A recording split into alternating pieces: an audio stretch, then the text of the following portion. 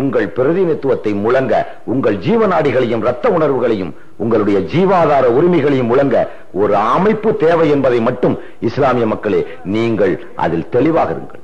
நீங்கள் இந்த தமிழகத்தின் தலைவிதியை நிர்மாணம் செய்யக்கூடியவர்கள். உங்களுக்கு நான் ஒரு கணக்கு போட்டு பார்த்தேன். ஒவ்வொரு தேர்தலையா போகும்போது அறந்தாங்கி தொகுதி அங்க யார் ஜெயிப்பா? திருநாவுக்கரசு. எப்படி ஒரு அயோக்கியத்தனம் பண்ணிட்டான் பாத்தியா? அறந்தாங்கி தொகுதியை எவனால் போய் பார்த்தவன் இருக்கிறியா? இங்க அறந்தாங்கி தொகுதி பூரா சுத்தினவங்க யாராவது ஒரு ஆள் இருக்கிறியா? 100% முஸ்லீம்.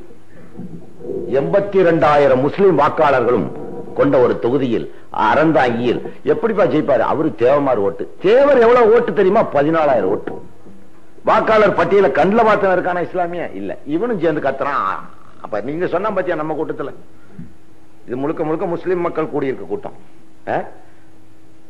ரொம்ப தப்பி தவறி செபஸ்டின் சந்திரசேகரன் 2 பேர் உள்ள விழுவான்.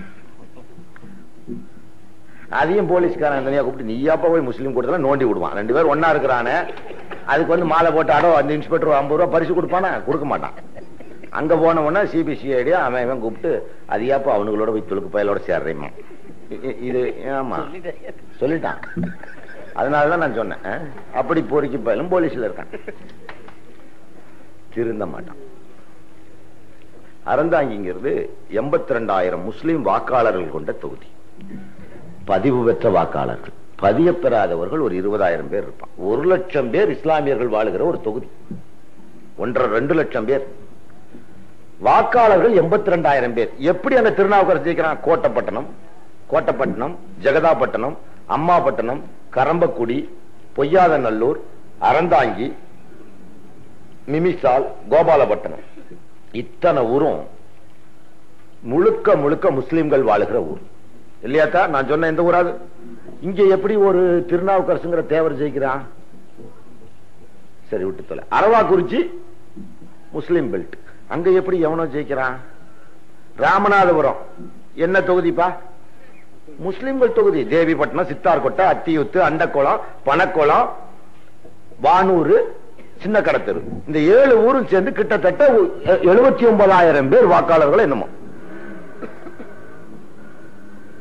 80,000 வாக்காளர்கள் உள்ள தொகுதியா பாருங்க. உங்க திருச்சி மத்திய தொகுதி, திருச்சி 1 எவ்வளவு முஸ்லீம் இருப்பீங்க? நீங்க எல்லாம் சேர்ந்து ஒரு ஆளை நிறுத்தியிருந்தா வேற முஸ்லீம்கள் ஒட்டுமொத்தமா ஒரே ஆளுக்கு போட்டிருந்தீங்கன்னா வேற யாராவது ஜெயிக்க முடியுமா? 68,000 முஸ்லீம் வாக்காளர். மதுரை மத்திய தொகுதி, கோவை மேற்கு, வாணியம்பாடி, ஆம்பூர், கிருஷ்ணகிரி, அம்மாப்பேட்டை, பாப்பநாசம், அது மூப்பனார் தொகுதிங்கிறான். எப்படிடா மூப்பனார் தொகுதி? சோழாவரம், கடலாடி, 90,000 வாக்காளர்கள் கொண்ட கடலாடி, இளையாங்குடி 86,000 வாக்காளர்கள் கொண்ட முஸ்லிம் வாக்காளர்கள். அங்க தமிழ் குடிமகன் ஜெயிக்கிறான். என்னடா இந்த ஊர்? ஆர்எஸ் மங்கலம், திருப்பாலக்குடி, அல்ல 100% முஸ்லிம் பெல்ட். ஏன் இவனுக்கு தெரியாது முஸ்லிம்கள் இவ்வளவு பேர் வாக்காளர்கள் அப்படின்னு ஒரு வயலுக்கும் தெரியாது.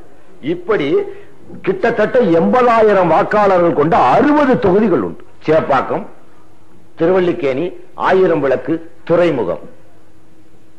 4 தொகுதியில முஸ்லிமா ஜெயிக்க வச்சா? இல்ல. சரி, உனக்கு ஏதாவது அதுல நன்மை விளைஞ்சிச்சா? பிள்ளையார் ஊர்வலம் அதே தெருவில் தான் போகுது. அந்த 4 தொகுதியும் சுத்தித்தான், 4 முஸ்லிம்களை சுத்தித்தான் பிள்ளையார் ஊர்வலம் எடுக்கிறான். அந்த 4லயும் முஸ்லிம்கள் வாக்கு மட்டும்தான் வெற்றியை நிர்மாணித்திருக்கிறது. முஸ்லிம்கள் நிச்சயம் ஜெயலலிதா போட்டிருக்க மாட்டான்.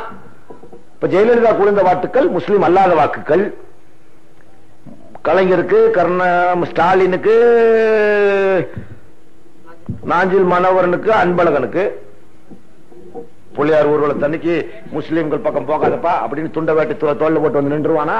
எவனாவது நிக்க மாட்டான்டா. அவன் நிக்க மாட்டான்.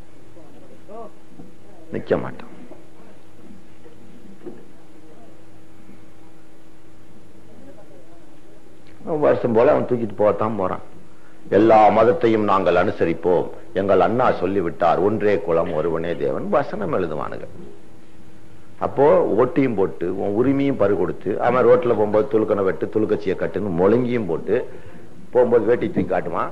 நம்ம இவ்வளவுக்கு சகித்து போக நாம் சாமானிய மக்களா என்றால் நம்முடைய உரிமைகளை பறிகொடுத்து 60 தொகுதிகளில் இஸ்லாமிய மக்களே நீங்கள் முஸ்லிம்களாக நிறுத்தி முஸ்லிம்களே வெல்லக்கூடிய தொகுதிகள் 60 தொகுதிகள்.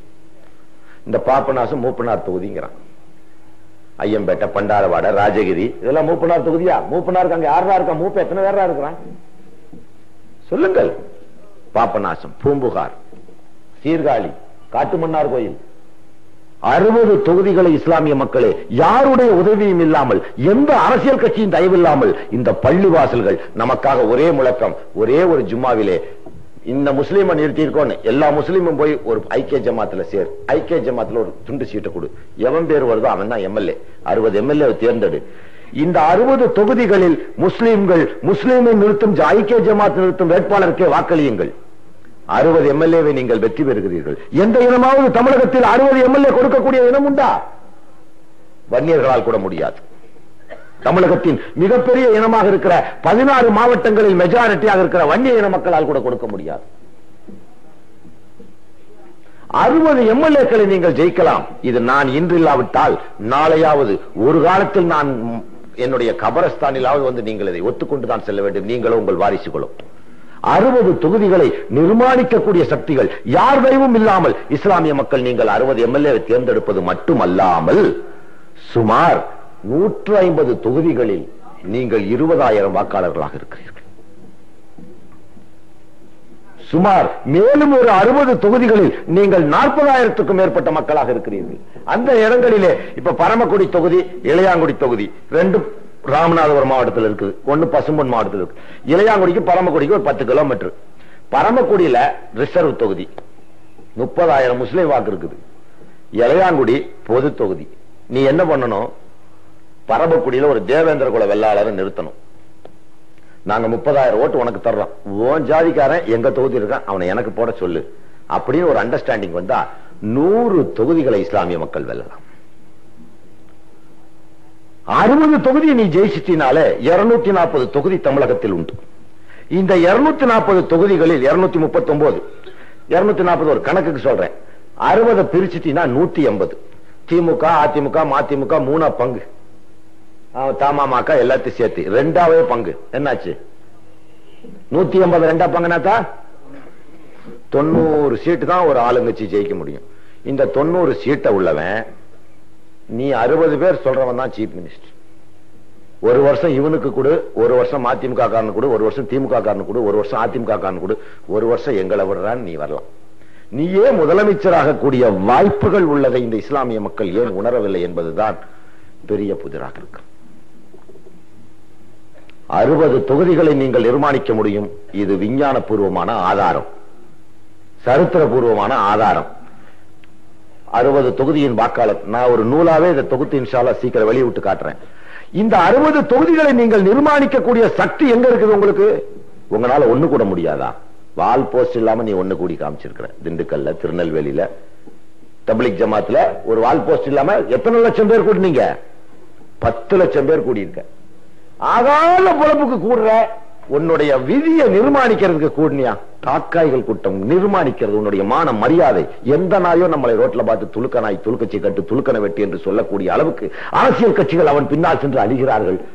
ஆனால் உங்களுடைய சுய நிர்ணயத்தை, உங்களுடைய சுய மரியாதையை, சுய கௌரவத்தை, சுய உரிமையை, வாழ்வுரிமையை எழுத தெரியாத மக்கள் அந்த சமுதாயம் இருந்தாலும் சரி, அந்த சமுதாயம் அழிந்தாலும் சரி, உங்களில் ஒருவனாக இருக்க எனக்கு கேவலமாக இருக்கிறது சகோதரி. எவனோ எச்சில் போடுகிற 4 சீட்டுக்கு நம் தலைவர்கள் அவன் கால்களை நக்கிக் கொண்டு திரிகிற ஒரு சமுதாயமாவால்